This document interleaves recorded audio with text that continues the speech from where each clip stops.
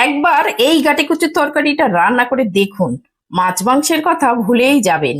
সাধারণ গাটি কচু দিয়ে এমন লোভনীয় রেসিপি হতে পারে, না খেলে বিশ্বাসই করবেন না। গরম ভাতের সঙ্গে এর কোনো তুলনাই নেই। আজ আমি এই গাটি কচু দিয়ে দারুণ একটা রেসিপি বানাবো। তার জন্য এখানে 600 গ্রাম গাটি কচু নিয়েছি। এই কচুটা খুব ভালো করে ধুয়ে নিতে হবে।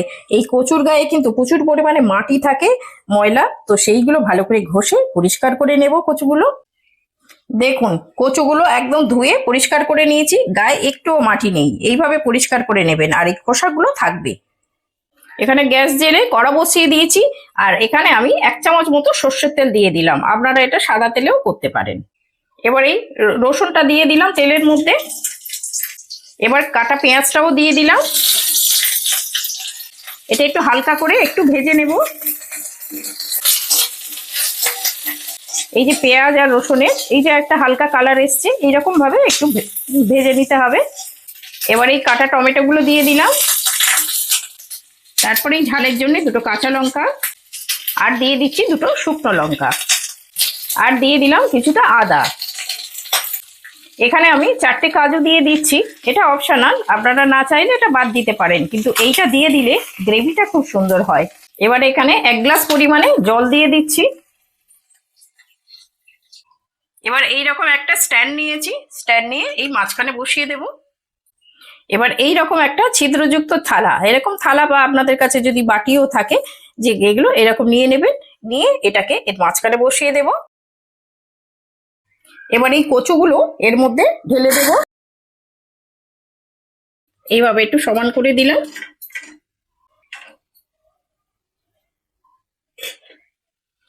এবার আমি এটাকে ঢাকা দিয়ে দিলাম। ঢাকা দিয়ে এই অবস্থায় ফুটতে দিয়েছি। এটা আমি 80% মতো কচুটা সিদ্ধ করে নেব। এবার ঢাকনাটা খুলে নিচ্ছি, দেখবো এবার কচুটা সিদ্ধ হয়ে গেছে কি। এবার আমি একটা ছুরি দিয়ে দেখে নিচ্ছি। হ্যাঁ, দেখুন কি সুন্দরভাবে কচুটা সিদ্ধ হয়ে গেছে। এবার আমি গ্যাস অফ করে দেব। এবার এই থালাটা আমি আস্তে করে তুলে নেব। একটু গরম আছে, সাবধানে তুলতে হবে। এইভাবে একটা কাপড় দিয়ে আর খুন্তি দিয়ে এইভাবে তুলে নেব, আর এই কচুটা একটু ঠান্ডা করতে দেব। এই যে পেঁয়াজ আর টমেটো আছে, এটাও একটু ঠান্ডা করে নেব। কচুগুলো আমার ঠান্ডা হয়ে গেছে। এবার এগুলোকে ছাড়িয়ে নিতে হবে।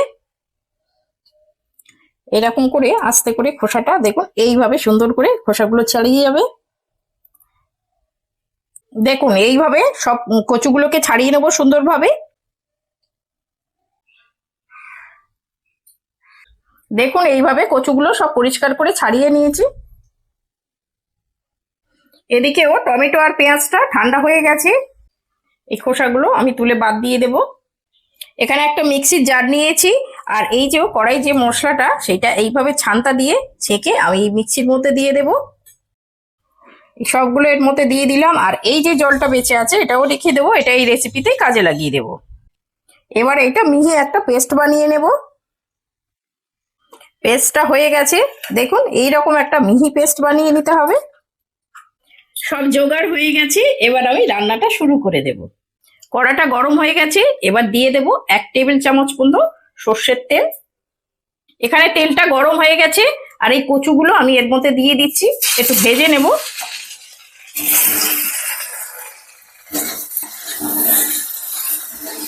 এই কচুগুলো হালকা করে এইভাবে ভেজে নেব। এইভাবে ভেজে নিলে কি হবে, কচুর মধ্যে যে একটা পিচ্ছিল পদার্থ থাকে, যে হড়হড়ে একটা ব্যাপার থাকে, সেইটা অনেকটাই কেটে যায়।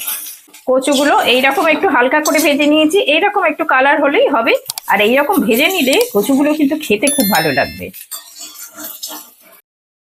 এবার এগুলো একটা থালার মধ্যে তুলে নিচ্ছি। এবারে আর 1 টেবিল চামচ মতো তেল দিয়ে দিলাম। এবার এই তেলের মধ্যে 1/2 চামচ জিরে ফোড়ন দিয়ে দিচ্ছি। এবার মিক্সির মধ্যে যে মশলাটা পেস্ট করেছিলাম এটাকে দিয়ে দেব। এবার এই মিক্সির বাটিতে একটু জল দিয়ে এটাও ধুয়ে নিয়ে নিলাম। এই মশলাটা খুব ভালো করে কষিয়ে নিতে হবে। এটা 2 মিনিট একটুখানি নাড়াচাড়া করে নিয়েছি। এবার এর মধ্যে কিছু শুকনো মশলা দিয়ে দেব। এখানে 1/2 চামচ হলুদ গুঁড়ো দিয়ে দিচ্ছি। এখানে হাফ চামচ জিরে গুঁড়ো দিয়ে দিচ্ছি, হাফ চামচ ধনে গুঁড়ো দিয়ে দিচ্ছি, আর হাফ চামচ লাল লঙ্কার গুঁড়ো একটু কালারের জন্য দিয়ে দিচ্ছি। আর এখানে ঝালের সমতা বজায় রাখার জন্য একটু দিয়ে দিলাম চিনি। এবার এই মশলাটা খুব ভালো করে কষিয়ে নিতে হবে। গ্যাসের আঁচ লো টু মিডিয়ামে রেখে এই মশলাটা সুন্দরভাবে কষিয়ে নিতে হবে। এই মশলা কষার উপরেই রান্নার স্বাদটা বাড়ে। তো পেঁয়াজ আর টমেটো সিদ্ধর যে জলটা ছিল এই জলটা এর মধ্যে দিয়ে দিচ্ছি। এই জলটা দিয়েও মশলাটা ভালো করে কষিয়ে নেব।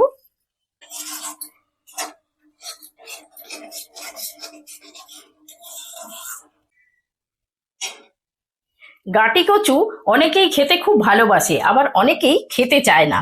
আমি বলবো আমার এই পদ্ধতিতে একবার বানিয়ে খেয়ে দেখুন। এটা খেতে এতটাই টেস্টি হয় যে একবার না বানিয়ে খেলে আপনারা বুঝতেই পারবে না। আর আজকের এই রেসিপিটা যদি আপনাদের ভালো লেগে থাকে তবে রান্না বাংলা ব্লগ চ্যানেলটিকে সাবস্ক্রাইব করে সঙ্গে থাকবেন। এই মশলাটা সুন্দরভাবে কষিয়ে নিয়েছি। দেখুন আমার মশলাটা কষানো হয়ে গেছে। এবারে এতে একটুখানি গরম জল দিয়ে দিচ্ছি। যে কোনো কচু রান্নার সময় অবশ্যই কিন্তু গরম জল দেবেন। গরম জল দিলে কচুটা কখনোই গাল চুলকোনোর ভয়টা থাকে না। এই পরিমাণে জল দিলাম, খুব বেশি জল দিলাম না। এটা খুব বেশি ঝোল হবে না, একটু মাখা মাখা হবে। এবার স্বাদ মতো লবণ দিয়ে দিচ্ছি। এবার এই লবণটা ভালো করে মিশিয়ে দিলাম।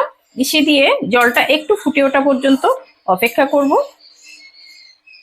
গ্রেভিটা ফুটে উঠেছে, এবার কচুগুলো দিয়ে দেব। এবার এটা ভালো করে মিশিয়ে দেব। কচুগুলো যেহেতু সিদ্ধ আছে অনেকটাই, কিছুক্ষণ ফুটলেই হয়ে যাবে। আমি এই অবস্থায় আরো 5-6 মিনিট ফুটিয়ে নেব। নিলে কি হবে, কচুর মধ্যে সুন্দরভাবে মশলাটাও চলে যাবে।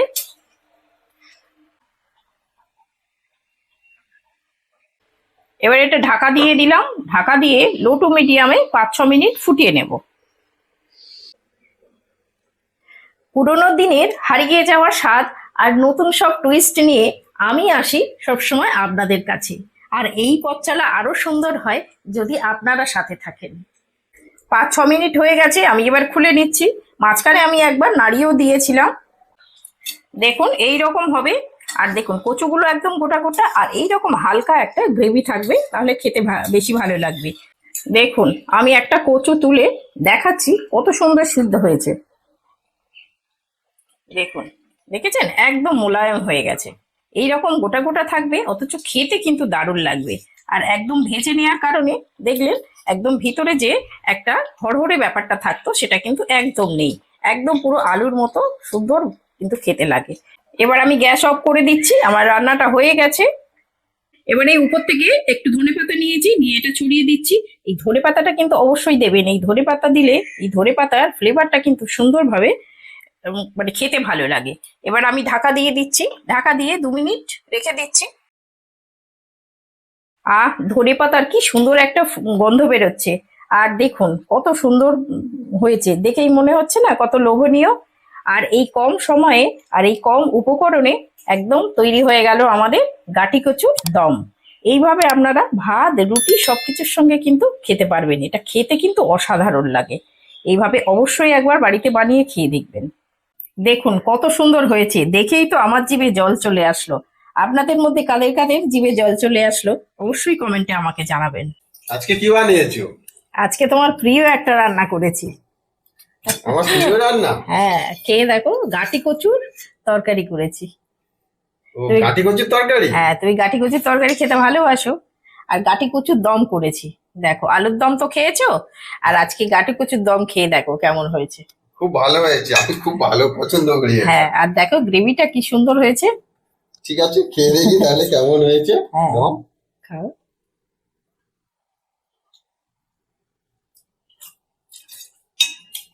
বাহ, খুব ভালো সিদ্ধ হয়েছে তো, বেশ কি সুন্দর নরম। হ্যাঁ, কচুটা খুব ভালো। মোলায়েম মতো হয়েছে, বেশ হুম, দারুণ হয়েছে। দারুণ হয়েছে। তরকারিটা দারুণ টেস্ট হয়েছে। তরকারি দারুণ হয়েছে। দারুণ taste হয়েছে। হ্যাঁ, এইভাবে রান্না করলে না এই কচুগুলো একদম পুরো আলুর মতো খেতে লাগে। কি একদম সুন্দর নরম আলুর মতো লাগে। হ্যাঁ, ভেজে রান্না করেছি তো। দেখো আর কি সুন্দর হয়ে গেছে। হ্যাঁ, পুরো একদম আলুর মতো। হ্যাঁ, ওই জন্য আলুর দম আর কচুর দমের মধ্যে তুমি তফাৎ খুঁজে পাবে না। মনে হবে একই। মানে এত সুন্দর হয়েছে, খুব সুন্দর টেস্ট হয়েছে, দারুণ টেস্ট হুম। হয়েছে। মানে দারুণ। আর এই কচু এমনিতে গাটি কচু খেতে খুব ভালো লাগে, গাছে খুব গাটি কচু কিন্তু খুব টেস্টি। খুব টেস্টি। হ্যাঁ, আর তার উপরে হচ্ছে এইভাবে রান্না করলে না আরো ভালো লাগবে। তোমার মাছ মাংস কিছুই লাগবে না, এই দিয়ে খাওয়া হয়ে যাবে। হালকা টক টক আছে, বেশ এই দারুণ টক লাগছে আছে, তো। এই যে টমেটোটা দিয়েছি, টমেটোটা দিলে কি হবে, অনেক সময় কচু গাল চুলকোলে, এই টমেটোটা দিলে আর গাল চুলকোবেই না। ও আচ্ছা, টমেটো হ্যাঁ গাছ হ্যাঁ, ওর জন্য টমেটো নয়, একটু লেবু যা হোক একটা দিতে হয়, গাছ দিলে চুলকোবে না। হ্যাঁ, বাহ। আর ওগুলো গালে লাগে না, খুব ভালো হয়। অনেকেই তো গাল চুলকোনোর ভয়ে খাই না। কিন্তু হ্যাঁ, অনেকে এইভাবে খায় না। এইভাবে যদি রান্না করে গাল তো চুলকোবেই না, আর সে যে খায় না সেও চেয়ে খাবে। না না, সত্যি খুব ভালো হয়েছে। হ্যাঁ, হ্যাঁ। আর এটা দেখো না, গ্রেভিটা কি সুন্দর, ভাত রুটি সবকিছুর সঙ্গে সুন্দরভাবে খাওয়া যায়, এটাই হচ্ছে এর সুবিধে। আমার খুব ভালো লাগে। ভালো লাগে জানি তো, ওই জন্যই তো করেছি। দমটাও খুব ভালো হয়েছে। ভালো হয়েছে, ঠিক আছে।